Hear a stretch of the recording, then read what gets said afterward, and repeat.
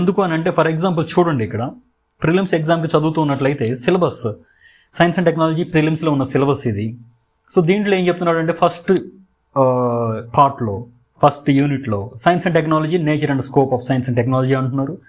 సెకండ్ది మనం తీసుకుంటే ఇన్ఫర్మేషన్ అండ్ కమ్యూనికేషన్ టెక్నాలజీ అని అంటున్నారు.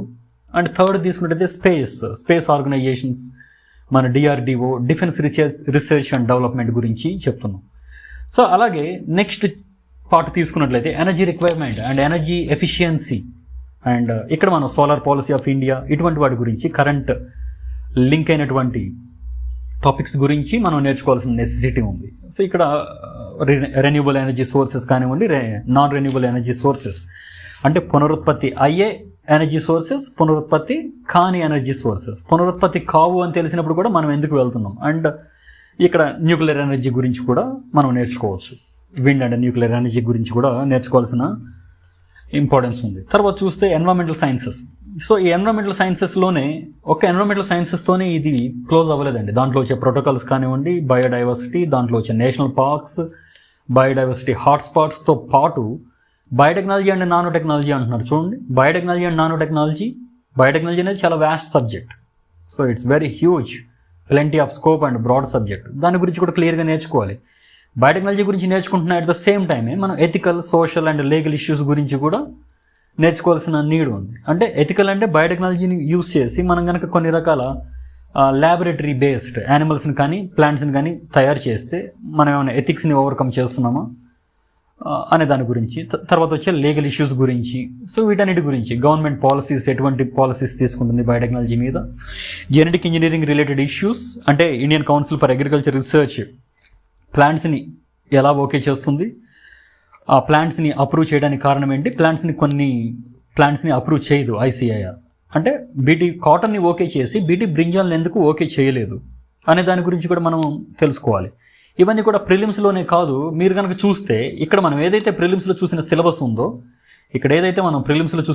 ఉందో, సో అదే సిలబస్ మనకి ఇక్కడ మెయిన్స్లో కూడా ఉంది. సో ప్రిలిమ్స్కి మెయిన్స్కి not much variation you see. So ఇక్కడ ప్రిలిమ్స్లో ఉన్నటువంటి syllabus science and technology and వీటి గురించి ఉన్నది. అదేవిధంగా మనకు మెయిన్ సిలబస్లో కూడా సేమ్ ఉంది. Integration of science and technology and ICT and IT, ఇక్కడ సైబర్ క్రైమ్ అండ్ పాలసీస్ గురించి. అదేవిధంగా Indian space programmes past, present and future. అంటే ఇండియా పాస్ట్లో ఎవరు హెల్ప్ తీసుకొని మనం ఫస్ట్ స్పేస్ ప్రోగ్రామ్స్ని లాంచ్ చేయడం జరిగింది, ఏ కంట్రీ హెల్ప్తో. తర్వాత ప్రజెంట్ వచ్చినటువంటి చంద్రయాన్ 2 అండ్ అదేవిధంగా వివిధ రకాల శాటిలైట్స్ని మనం పంపిస్తున్నాం, వాటిలో వచ్చిన సక్సెస్ ఏంటి, ఫెయిల్యూర్స్ ఏంటి అనే దాని గురించి. తర్వాత future missions, Gaganyaan, so manned lunar మిషన్స్ని మనం స్టార్ట్ చేయాలనుకుంటున్నాం. సో దాని గురించి, ఆ గగనయాన్ గురించి కానివ్వండి. తర్వాత ఫ్యూచర్ ప్రాజెక్ట్ అయినటువంటి ఆదిత్య మిషన్, సో సన్ యొక్క కరోనా గురించి మనం ఆ లేయర్ గురించి చదవబోతున్నాం కాబట్టి ఇక్కడ దీని గురించి చూసుకోవాలి. అదేవిధంగా ఇండియా ఎనర్జీ ఎఫిషియన్సీస్, తర్వాత solar policy and salient features of nuclear policy of India, India యొక్క న్యూక్లియర్ ప్రోగ్రామ్స్ ఏమున్నాయి, సో ఇటువంటి వాటి అన్నిటి గురించి. నెక్స్ట్ వచ్చేసరికి ఎన్వైరన్మెంటల్ సెక్షన్ అండి. సో పర్యావరణం జరుగుతూ ఉన్నప్పుడు, పర్యావరణం గురించి మనం నేర్చుకుంటూ ఉన్నప్పుడు, అంటే అభివృద్ధిని ఆపుకోవాలా, లేకపోతే అభివృద్ధి అయితే సరిపోతుందా, పర్యావరణాన్ని మనం పట్టించుకోవాల్సిన అవసరం లేదా అనే ఆస్పెక్ట్లో మీరు ఇక్కడ చదువుతారు మెయిన్స్లో. కానీ అదే ప్రిలిమ్స్లో కనుక సేమ్ సిలబస్. ప్రిలిమ్స్లో చూసినప్పుడు ఏంటంటే చట్టాలు, నీటి కాలుష్య చట్టం ఎప్పుడు ఉంది, పర్యావరణ పరిరక్షణ చట్టం ఎప్పుడు, బయోడైవర్సిటీ యాక్ట్ ఎప్పుడు. సో ఇటువంటి data related facts and factual data అనేది మనం అక్కడ ప్రిలిమ్స్లో ప్రిలిమినరీ పాయింట్ ఆఫ్ వ్యూలో చదువుతాం. మెయిన్స్ పాయింట్ ఆఫ్ వ్యూలోకి వచ్చేసరికి చూడండి, ఇక్కడ లెజిస్లేషన్ గురించి చెప్తున్నాను. చట్టాలు, పర్యావరణానికి సంబంధించిన చట్టాల గురించి చదువుతున్నప్పుడు మనకు 1974 నీటి కాలుష్య నివారణ మరియు నియంత్రణ చట్టం ఉంది, 1977 వాటర్ సెస్ యాక్ట్ ఉంది, 1980 ఫారెస్ట్ యాక్ట్ ఉంది, 1981 పర్యావరణంలో మనం గాలి కాలుష్యానికి సంబంధించిన దాని గురించి నేర్చుకుంటాం. ఇన్ని చట్టాలు ఉన్నప్పటికీ కూడా మనం 1986 పర్యావరణ పరిరక్షణ చట్టాన్ని ఎందుకు తీసుకురావాల్సి వచ్చింది అంటే ఇవన్నీ సక్సెస్ అవ్వలేదా అనే దాని గురించి ఇక్కడ మనం మెయిన్స్ పాయింట్ ఆఫ్ వ్యూలో నేర్చుకోవాలి. అదేవిధంగా గ్రీన్ ట్రిబ్యునల్, హరిత ట్రిబ్యునల్ గురించి. సో ఇటువంటి వాటన్నిటి గురించి మనం ఇక్కడ నేర్చుకుంటాం. తర్వాత environmental pollution, solid waste management. పొల్యూషన్లో రకాలేంటి, గాలి కాలుష్యం, నీటి కాలుష్యం, నేల కాలుష్యం అని చదువుతాం. బట్ ఈ కాలుష్య కారకాలు ఏంటి అనేది మనం అక్కడ ప్రిలిమ్స్లో చదివితే ఈ కాలుష్య కారకాలని నివారించడం ఎలా, వీటి యొక్క సోర్సెస్ ఎక్కడి నుంచి, వీటి యొక్క జనకాలు ఏంటి. సో ఇక్కడ దీని గురించి మనం ఇక్కడ నేర్చుకుంటాం. తర్వాత ఇంటర్నేషనల్ ట్రీటీస్ గురించి, పర్యావరణం యొక్క ఇంటర్నేషనల్ ట్రీటీస్ అంటే వేరు వేరు దేశాలతో కానివ్వండి, యునైటెడ్ నేషన్స్ ఐక్యరాజ్య సమితితో కానివ్వండి, ఎటువంటి ఒప్పందాలు చేసుకున్నాం మనం, వీటికి ఎంతవరకు మనం కట్టుబడి ఉంటున్నాం, వీటిని మనం సక్సెస్ అవ్వాలంటే, ఈ గోల్స్ని సాధించాలి అని అంటే మనం ఎటువంటి ప్రాధాన్యత కలిగినటువంటి సెక్టార్స్ని ముందుకు తీసుకెళ్లాల్సిన అవసరం ఉంది, ఏ విధంగా ముందుకు తీసుకెళ్ళాలి అనే దాని గురించి ఇక్కడ నేర్చుకున్నాం. ఓజోన్ లేయర్ డిప్లీషన్ కానివ్వండి, యాసిడ్ రైన్స్, ఇవన్నీ కూడా ఇక్కడ చదువుతాం మనం.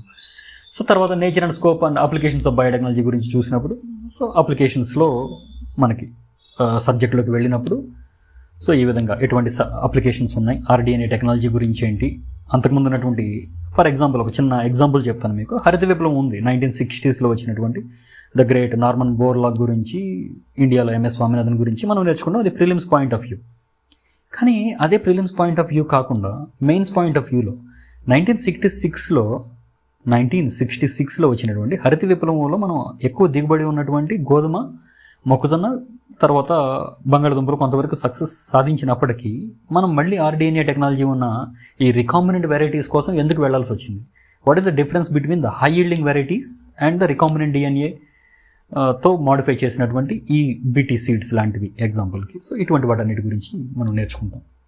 తర్వాత హ్యూమన్ డిసీజెస్, మైక్రోబియల్ ఇన్ఫెక్షన్స్ గురించి ఇక్కడ చూస్తాం. తర్వాత వ్యాక్సిన్స్ గురించి నేర్చుకున్నాం. ఇక్కడ కరోనా అనేది పెద్ద ప్రాబ్లం అయిపోయింది కాబట్టి నవేడేస్. సో ఇక్కడ కరోనా గురించి వచ్చే వ్యాక్సిన్స్ రావడానికి ఎందుకు టైం పడుతుంది, అండ్ మొక్కలు కనుక కొత్తవి తయారు చేసినట్టయితే వాటిని ఫీల్డ్ ట్రయల్స్ అంటారు. ఇక్కడ వ్యాక్సిన్స్ని కనుక తయారు చేసినట్టయితే వీటిని మనం క్లినికల్ ట్రయల్స్ అంటారు. తర్వాత intellectual property rights. For example ఒక కంపెనీ వ్యాక్సిన్ తయారు చేస్తుంది అనుకోండి, దానికి ఎటువంటి రైట్స్ ఉంటాయి, ఇంటెలెక్చువల్ ప్రాపర్టీ రైట్స్ ఎన్ని ఇయర్స్ ఉంటాయి, దాన్ని కనుక అందరికీ యూజ్ అవ్వాలంటే ఆ రైట్స్లో వచ్చే మోడిఫికేషన్స్ ఏంటి, సో ఇండియా యొక్క స్టంట్ ఏంటి ఈ ఐపీఆర్ రైట్స్ మీద. సో వీటన్నిటి గురించి మనం రోజుకొక క్లాస్ పెట్టడానికి, నేను అప్లోడ్ చేయడానికి ట్రై చేస్తానండి. So please cooperate and you subscribe to my channel and share with your friends for the detailed and analytical way of learning science and technology.